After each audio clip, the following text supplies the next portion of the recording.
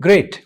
So we have seen now what is the general life cycle of an assessment, and we created that life cycle keeping in mind the technology interventions that we can bring in to overall enhance the assessment process.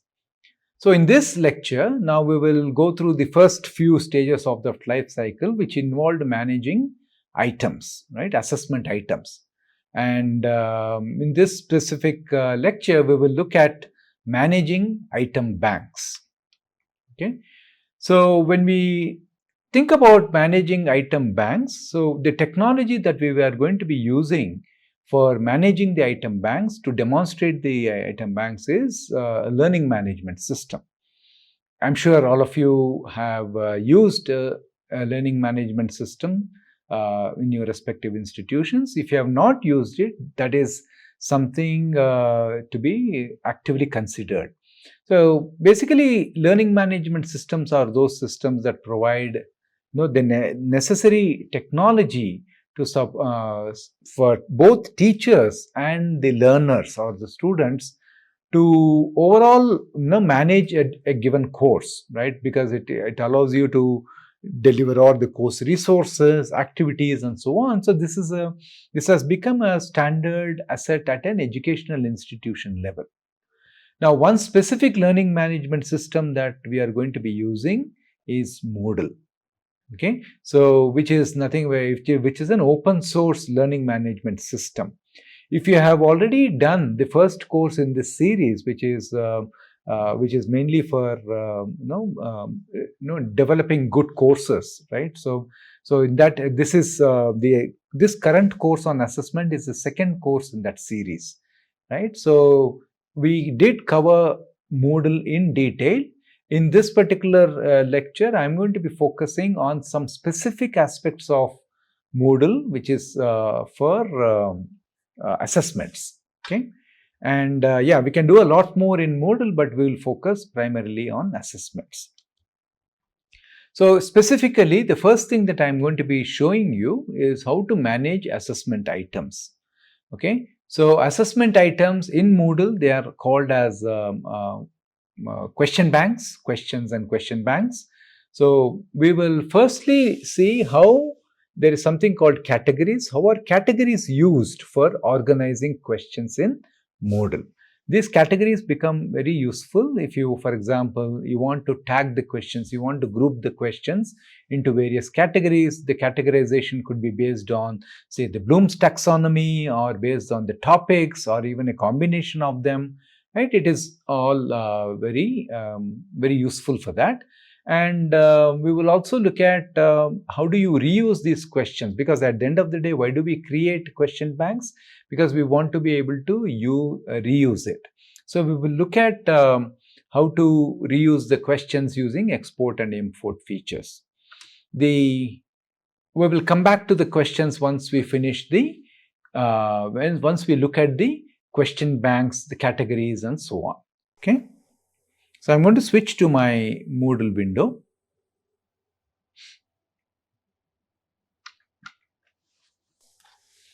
So this is a sample course that is there as part of my Moodle login. So within that, we will go to this specific section when you click on the gearbox and then press on more. So you will see that that there are many topics here. Under that, there is something called as a question bank. Okay, so I'm going to click on the question bank, and so the question banks will have these four topics: the questions, the categories, the import, and the export. So first, we will go through the categories first, because it is important to create many categories as per your course requirements. Now, as you can see, I have a few categories here, which is the NPTEL course on blended learning. Some 10 questions are there.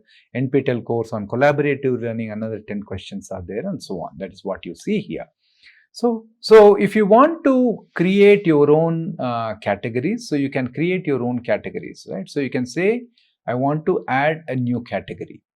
So you can give it a new name. For example, if it is a based on the Bloom's taxonomy, you can just call it as remember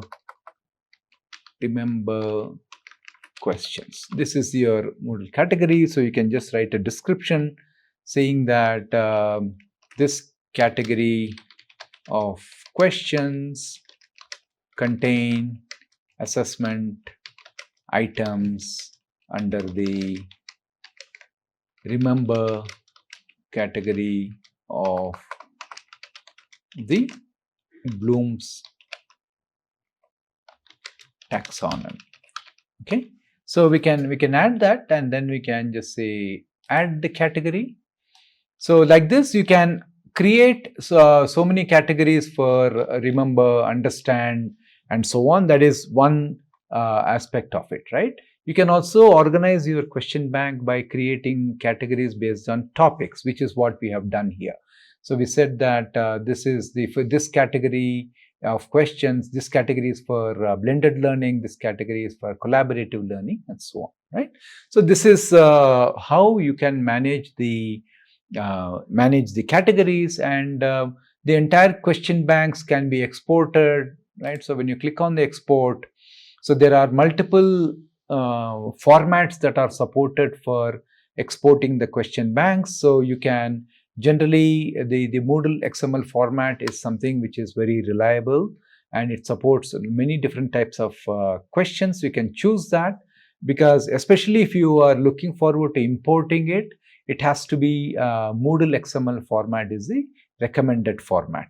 The XHTML format is mainly for the display purpose. So you can choose the Moodle XML format, and then you can choose which category of questions do you want to export. So if you want to export all the remember questions, you can choose that particular category, and then you click on export questions. So an XML file with containing all those questions from that category will be created. And once you have created that, you can log into any other Moodle course. Okay, it doesn't have to be in the same server or whatever. So you can just simply go to a different course, and then you can click on, I'm going to leave for this one. So you can click on, you can go to import, and then the import also contains the Moodle XML format. You choose that, you choose the file, and all those questions and the categories will show up in this exactly the same place where we are right now. Okay, so this is how you can use categories to manage the groupings of the questions. And the groupings of the questions themselves is you have full flexibility to organize it in any way you want. And generally, I would recommend using the Bloom's taxonomy in conjunction with the topics as the way to organize your question bank, right? So that is what I would recommend. Okay, so going back, now that we have seen how to organize your questions in the form of question banks and categories and so on, let us get to the main part of it, which is the questions themselves. Okay, so when we talk about questions, one important consideration when adding questions to the question bank is whether you are looking to create a question which is to be auto-evaluated or not. What is the meaning of auto-evaluation? If you look at the life cycle, evaluation is something that comes towards the end after you administer the assessment, and after you have collected the responses, you need to grade it. So that particular grading, do you want to do it automatically? When you say, do you want Moodle to do it automatically and assign marks to it?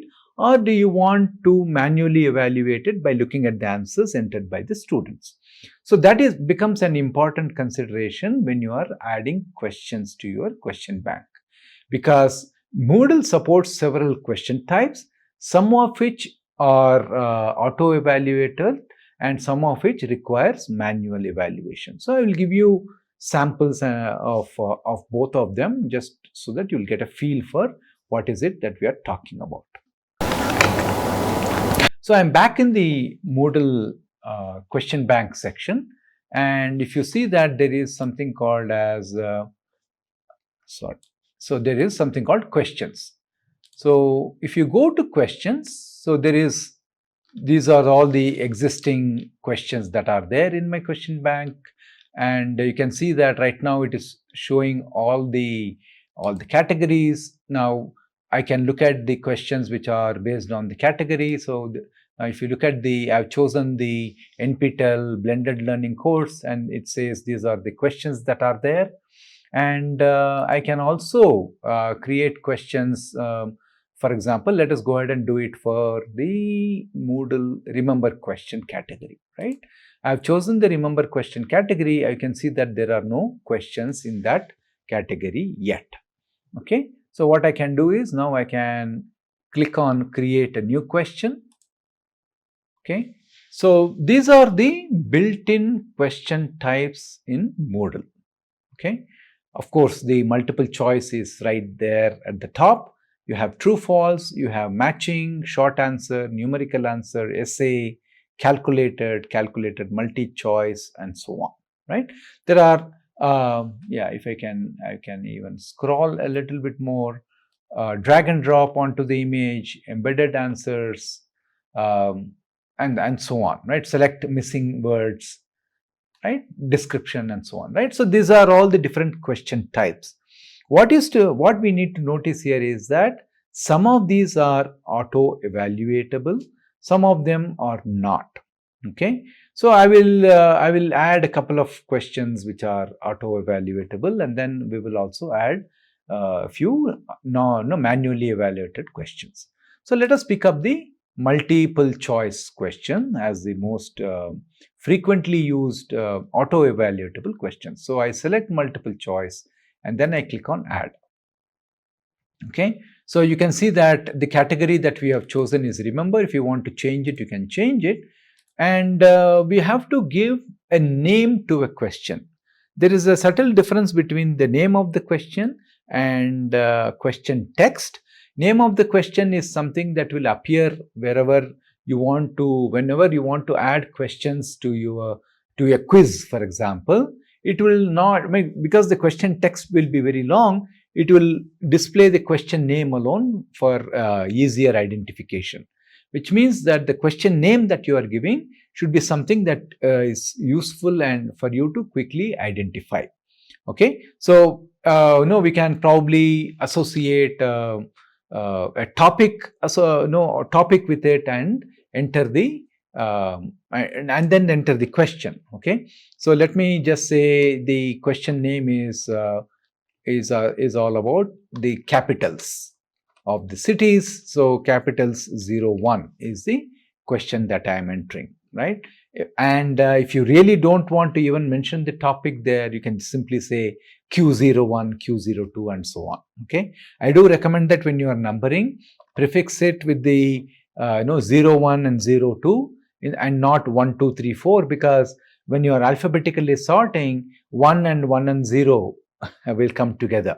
So do remember to prefix it with the 0 if it is a 2-digit number, or if you are using 3-digit numbers 001, 002. That's how I would recommend that you start numbering your question. So I'm just going to simply say Q01 as the question name. And within the question text is where you can type the actual question.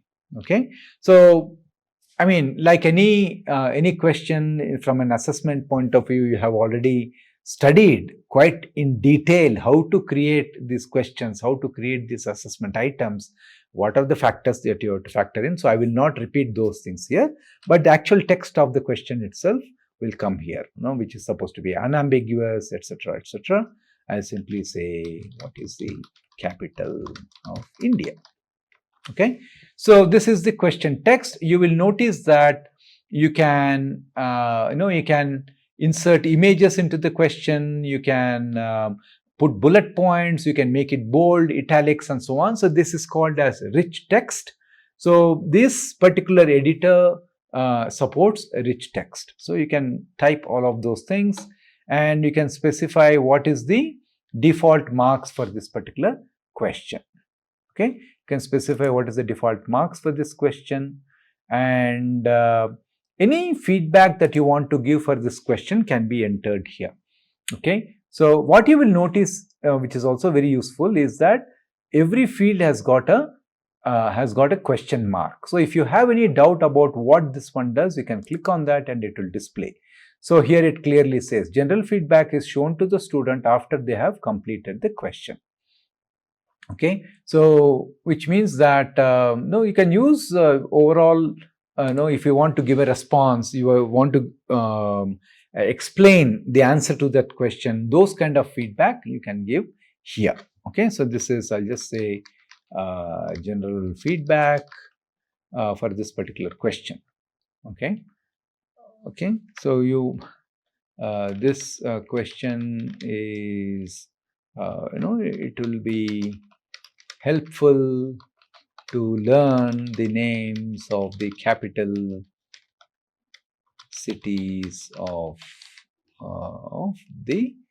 countries around the world. So this is a generic feedback that I am giving. You can generally leave out the ID number, and then if you then this is something that is for easy identification, but our question number itself is what we are using for easier identification, so you don't have to bother about ID. Now this is something that you have to pay attention to, which means this is supporting one or multiple answers, right? So this will support multiple choice questions wherein you expect only one answer to be given by the student, which means that when we do a preview, I will show you the answer will appear in the form of a radio button. Okay. On the other hand, if you are expecting the multiple answers to this question, then it will show a checkbox. So I will, for this one, I will just say one answer only. Later on, we can come and modify this to multiple answers, and then we'll see what happens. Okay, this checkbox called shuffling the choices is very useful. So when multiple people are answering this particular question, if you are giving multiple choices, right? Suppose I'm going to say Delhi, Bombay, Calcutta, and Chennai, and so the order in which these choices appear will get shuffled when multiple people are taking this, right? So this will help solve the age-old problem of people exchanging answers, saying that A is the right answer and B is the right answer, because the answer to this question, which is New Delhi, may appear as an option A for me and an option B to my neighbor. So that is why it is useful to shuffle the choices. And if you want to number the choices using A, B, C, D, 1, 2, 3, that's anyway, I'll just leave it at that. Okay. And if you want to give any special instructions, you can give that, but let us move on to entering the choices. I'll say New Delhi. Okay. And you can say what is the grade that you want to assign. Okay. So this is very interesting. Normally, whenever we work with multiple choice questions, we assume that there is only one right answer and then you don't want to give any. Typically, there is no partial grading. But in case you want to consider giving partial grading, you can use these options. So for example, for New Delhi, I want to say it is 100%. But if somebody says Delhi, chooses Delhi, okay, then we are going to say we are going to penalize them. So we will say that you will get only 50%. So we can say that. And it's also interesting, if somebody really makes a mistake of saying that it is Chennai, you really want to penalize them, so you can go negative as well. You can say negative 100%. Okay. So if the question is for +1 for a right answer, then you can configure it to say -1 for the incorrect answer. So why don't we go ahead and say that we will give the negative answer.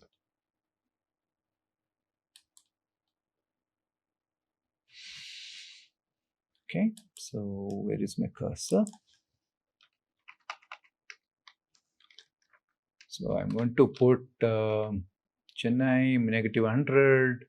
I'll say Bengaluru, and then I will say -100%. Okay. On the other hand, if you want to say that you don't want to give any negative marks, you can simply say none. okay, which is equivalent to 0. So in this case, let us just choose negative 100%. Okay, and you will also find that there is a feedback. There is a feedback option, right? So the feedback option will allow you to enter the reason. You can say that you need to enter the full name of the city. Okay, that is why we are giving only 50% marks. Okay, here I will say that please make sure you memorize the capital names correctly. Okay, and I'll possibly give the same feedback to this one. On the other hand, we can even say that this is the capital of the state of Karnataka. How about that? So this kind of feedback you can give. Okay, and yeah, so that's it. You can add any number of choices. There is no limit to this one at all. So you can after entering all of these things, you can save. Okay, so now you'll see that the question number, the name of the question, and all of them come. So this is where all your questions will get added. And when I do a preview, so that it allows me to do a preview. So this is how it will appear to the people who are taking the exam. So this is also a very important step. For one thing, you can confirm whether your question is appearing correct or not.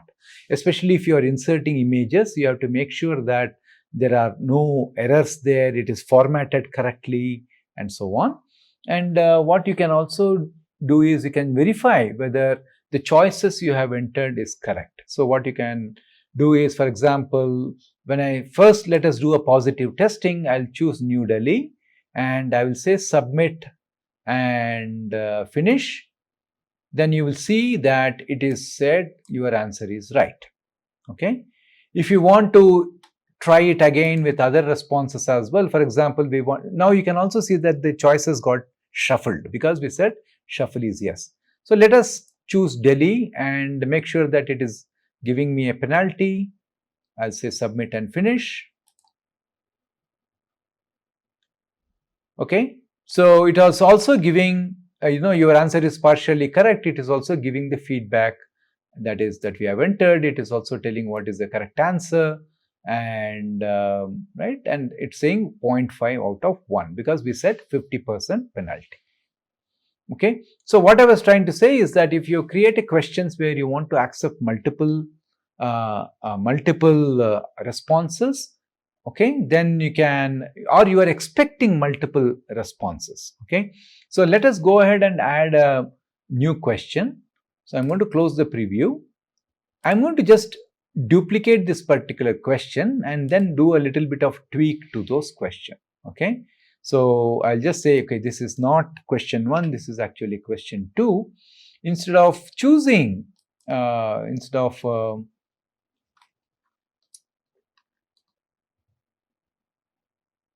of saying what is the capital of India, in this second question, I will say choose all capital cities of India from the given choices. Okay, so this question I want to make it into a multiple response question. Okay, so which means that the question type itself, so this is a remember question, and I'll come here, it's one of states of the country. Okay, so this is the generic feedback. I will change it to, and then I will say they have to be multiple answers have to be entered. Okay, now what I want to say is that I will enter, okay, so for example, I will enter Bengaluru. And I will say if they choose this, they will get 50%. And if they choose Chennai, they will get another 50%. And if they choose anything else, right? So let me choose a city called Guntur. Okay. Then I will say I can choose. I mean, I can give a negative mark. If they choose this, I think minus 100% is too harsh. So let me just say none. Okay. And I can give a feedback. Okay. We can feedback that please memorize the capital names correctly. Okay. That can remain there as the feedback. Let us also say none for this one. And then I will put some other place. I will say Mysuru. And then I will give the feedback, whatever. I'll just remove the feedback for this one. And I will say save changes, right? Now you will notice that the question number 2 also has come here. Let us do a quick preview. Now you can see that it is a checkbox. Okay. So first, in my first attempt, let me choose only one answer. And we said 50%. So I am expected to get partial response. So I'll say submit and finish. So I'll get 0.5 out of 1. And you have correctly selected 1. Whereas I am supposed to select Bengaluru and Chennai. Okay, so I'll close the preview. Or I will start again. Let me start again. And this time I'll just choose an incorrect answer. And I'll choose one incorrect answer and one correct answer. I'll choose Chennai and Bengaluru. Again, I should be getting half of it, right? So 0.5, partially correct, right? And yeah, so I say, please make sure that you memorize the capital names correctly. You need to enter the full name of the city. Okay, that feedback we didn't remove. So this is the advantage of preview, right? So this was from the previous feedback that we gave, that was for Delhi. So we need to go and remove that. So we can just close the preview. You can make the necessary corrections. So this, I'm glad, naturally, even though I didn't plan, the need to go and edit the question has come up, right? So I'll go back. I will remove that incorrect responses. And then I will save it. Right, so this response is incorrect. So this is fine. I'll just remove it and then I will save it. Okay. So this is this pretty much summarizes how you work with multiple choice questions. Okay, or any auto evaluated question. Same thing with true false. You can do all of that. Let me add one question which is of descriptive nature. Okay, so I will choose a short answer. I will choose short answer here and you will see how it will appear. So I'll say add. Okay, and whenever you are choosing a new question type, feel free to use the help text here, which will give you, it will give you lots of options to enter your responses. Okay, so this is more like a descriptive, but which is not multiple choice. Okay, so you can do that. I am also going to add a generic descriptive kind of a question. So I'm going to add a new question and then I'm which is where is the description? Short answer. Yeah, so this is okay,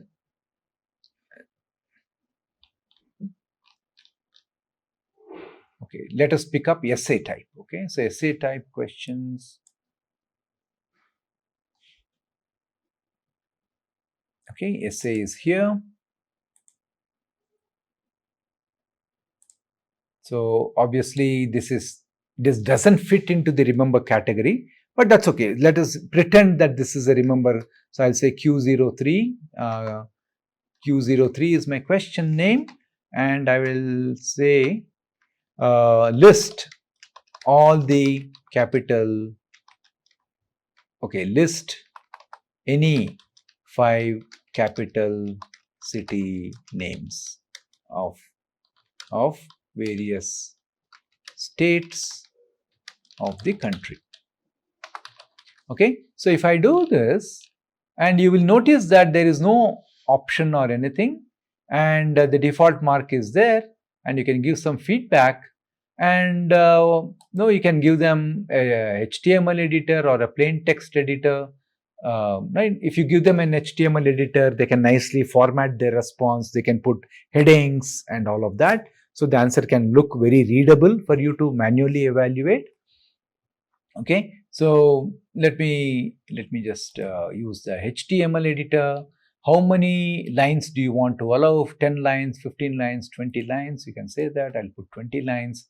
In fact, you can even allow them to attach files. Okay, so if you are asking them to create something which cannot be just typed, you want them to create a diagram or create a presentation or something like that, you can ask them to simply upload. So you can allow attachments, whether you want 1, 2, 3 or unlimited attachments. For now, I will leave it as no. And if it is yes, then you can say they have to attach a PPT file, they have to attach a PDF file, and so on. So you can choose multiple, you can give them multiple options, you can restrict the size of the file, and so on.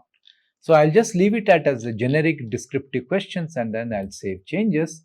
When I do the preview, you will understand what we mean. So the Q03 is here.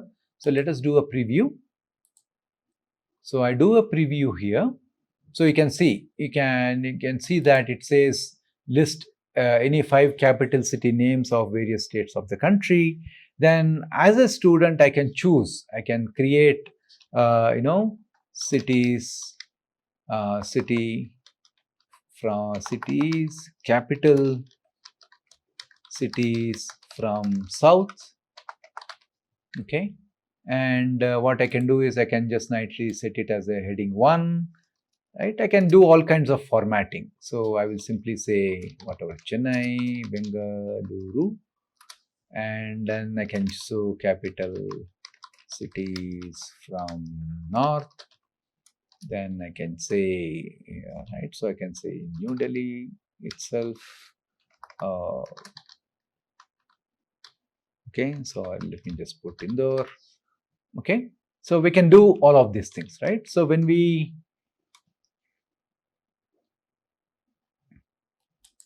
okay, so I can again set this type to be heading 1 and so on, and then I can just that's it. So I can just say submit and finish. So what you will notice here is that as an evaluator, this is what you will see. Okay, so there is no marked out of complete, will not be there. What it says that it would not have assigned marks. So I will show you later how to grade these assessments. But at this point in time, this is all you will see at the time of grading, right? All those with the formatting and things like that. So I'll just close the preview. Okay, so what I would urge you is that feel free to explore various question types. And one more reason why Moodle is very popular and very easy to use is that it shows lots of in-place assistance, right? So you can just click on that question mark and right there it will give you the examples. You do the preview of the questions and then save it. So this is the first activity that you will do when you want to use Moodle for creating assessments. Now, one important thing that I want to add here is that this way of managing question banks using Moodle, using LMS, is intended primarily for online assessments. Remember, we talked about different types of assessments that we can conduct. Execution, the assessments, we said that it can be done in online mode, it can be done in offline mode. This way of organizing question banks in learning management systems is directly amenable for online assessments. Okay, so when you want them to use the computer and so on, a limited amount of support is available in case you want to print them. You remember when we talked about export, we saw one option called XHTML. XHTML option can be used to export all these questions into a form that can be printed. Okay, but that is by design it is not very neat, very clean. So you may want to consider using an LMS based question bank software only if you are planning online assessments. If you want to manage assessments, question banks for offline printing, then you will have to look for any additional plugins, for example extensions that are supported in your favorite desktop office software. For example, if you look at Microsoft Word, you can look for extensions in Microsoft Word which will allow you to manage questions in Microsoft Word itself, question banks in Microsoft. On top of it, you can also look for extensions in Microsoft Word that will allow you to create questions in Microsoft Word and then export them into one of the formats from which you can import them into Moodle. Okay, those extensions are also available. You can do a quick look for all the extensions and you will be able to find them. All of them are very easy to use. So to summarize, if you manage to maintain your question banks in say Microsoft Word, then you can use it for both pen and paper kind of printed exams as well as online exams. But if you are using question banks in Moodle, then it is more useful for online assessments only. Okay, so next what we will look at is to creating these question banks for creating actual assessments themselves.